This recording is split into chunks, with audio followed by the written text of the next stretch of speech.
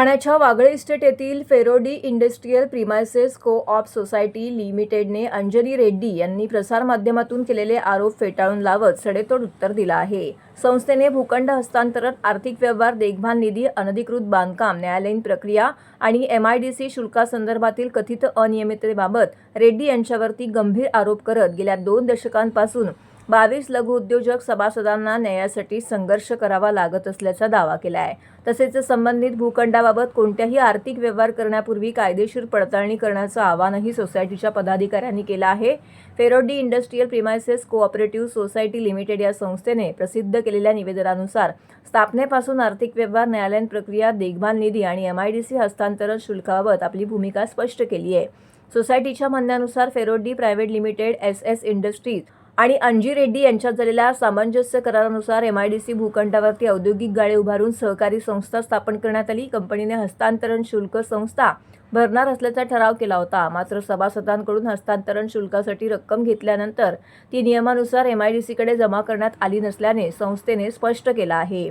वीज पुरवठ्यासाठी 22 सभासदांनी स्वतःच्या खर्चातून सुमारे 22 लाख रुपये खर्च करून ट्रान्सफॉर्मर बसवल्याचा दावाही करण्यात आलाय।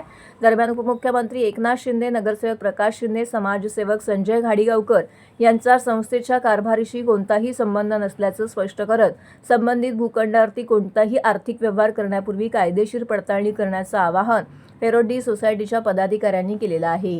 या निवेदनात सोसायटीचे पदाधिकारी सभासद म्हणून नरेश पांचाळ, भगवान पांचाळ, चंदूभाई पांचाळ, जेकब जी, बाळासाहेब पाटील, पुरुषोत्तम नाईक, BM रेड्डी, दयाभाई पांचाळ, जोईतराम पांचाळ, मोहम्मद शेख, लालजी विश्वकर्मा, जितू पांचाळ, दीक्षित पांचाळ, राकेश पांचाळ, प्रवीण शेठ इत्यादींनी पाठिंबा दर्शवला आहे।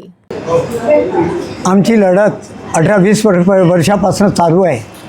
तर या भूखंडावर जर सर्व मान्य असेल तर आमचे गाळे आमच्या नावावर का करून देत नाही? MIDCचा हस्तांतरण शुल्क आम्ही भरायला तयार आहोत। आमच्याकडनं घ्या आणि रेग्युलराईज करा आणि गाळे आमच्या नावावर करा MIDCनी। आमचा प्रश्न महानगरपालिका आत्ता आमच्या या भूखंडावर त्यांनी नोटीस पाठवली। त्याच्या अगोदर तर आमची लढाई, आमचा वादविवाद श्री अंजी रेड्डी बरोबर होता, तर त्यांनी ह्याचं समाधान केलं पाहिजे होतं। फारसा वेळ गेला आणि त्याच्यात त्यांनी जर निर्णय घेतला असता तर आज ही समस्या उपस्थित झाली नसती। अगोदर जो पहिला प्रश्न आहे की अंजी रेड्डीने आमच्या नावावर तरी करावा। आता मालक कोण आहे? अंजी रेड्डी।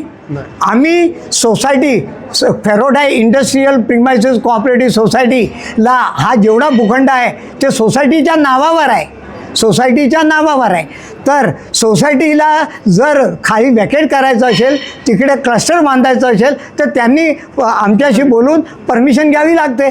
आम्ही सहकारी निबंधक यांच्याशी बोलून आम्ही त्याच्याशी काय निर्णय घ्यायचा ते आम्ही करून घेतला असता, पण अजूनपर्यंत काही आम्हाला फक्त 48 तासात तोडायची डिमॉलिशनची नोटीस आली होती। त्याच्यानंतर आम्हाला कुठलाही पत्र व्यवहार नाही। रेड्डीवर आमचे केस चालूच आहे। ठाणे कोर्टामध्ये आहे, हायकोर्टामध्ये आहे। हायकोर्टामध्ये सोसायटी त्यांनी कॅन्सल केली होती। आम्ही हायकोर्टावर जाऊन त्याला स्टे आम्ही आणला आहे। तर आता ही सोसायटी जिवंत आहे। तर सोसायटी जिवंत असताना तो ट्राय पार्टी ॲग्रीमेंट करू शकतच नाही। त्यांनी सोसायटीचा संपर्क करावा आणि आम्ही पैसे दिल्यामुळे फेरोडी मूळ मालक जो होता त्यांनी आम्हाला सगळी NOC दिली आहे आमच्या नावावर ट्रान्सफर करायची।